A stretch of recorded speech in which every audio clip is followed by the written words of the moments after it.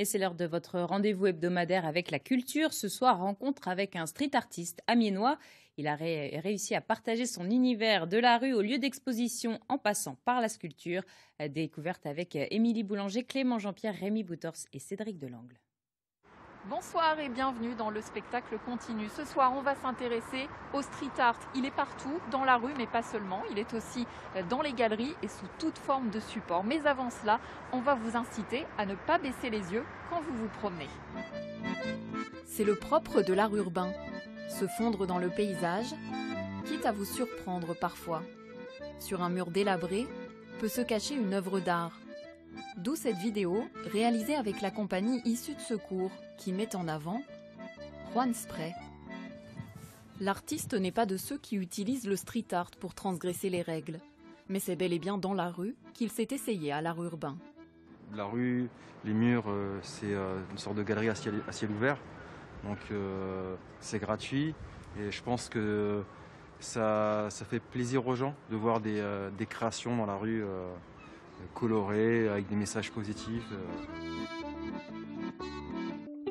C'est ce côté positif et poétique qui a séduit le centre culturel Léo Lagrange. C'est là-bas que l'artiste a installé son atelier, là-bas aussi qu'il expose ses toiles. Le fait qu'il s'adresse aussi un petit peu à toutes les tranches d'âge, aussi bien justement par le biais des couleurs et de son petit personnage, le Sprayito, c'est pour les enfants. Et puis après, les ados, les adultes voient aussi les messages positifs. Dans cette petite pièce, Juan Molina, de son vrai nom, passe des heures à travailler ses maquettes et à découper ses pochoirs. L'artiste a tout naturellement opté pour la toile, un support différent auquel il a fallu s'adapter. Au début, oui, c'est clair, quand on s'y met, ça peut être compliqué. Mais c'est comme dans tout, hein, c'est à force de répéter le geste, on y arrive facilement.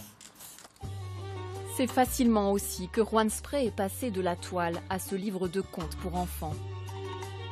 Et puisque l'art urbain n'a pas de limite, récemment, de petits sprayitos en bois ont fait leur apparition.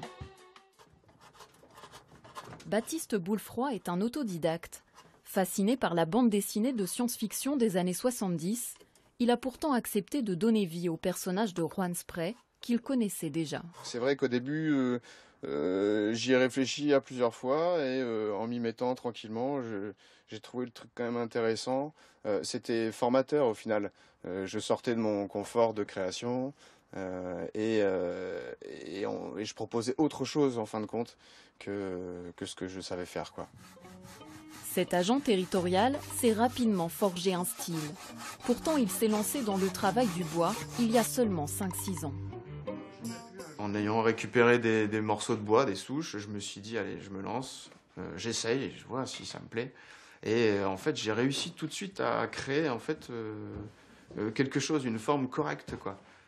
Donc ça m'a vraiment plu tout de suite et j'ai pas arrêté en fait. Le résultat, le voilà. 1 an de travail pour arriver à cette première sculpture. Je dessine une idée globale de la sculpture, mais après tout ce côté mécanique, je suis incapable de le dessiner, ça prendrait trop de temps et c'est plus instinctif, j'ai envie de dire. C'est un côté que j'ai voulu faire apparaître aussi dans mes créations, quoi. Le côté organique, animal, mécanique.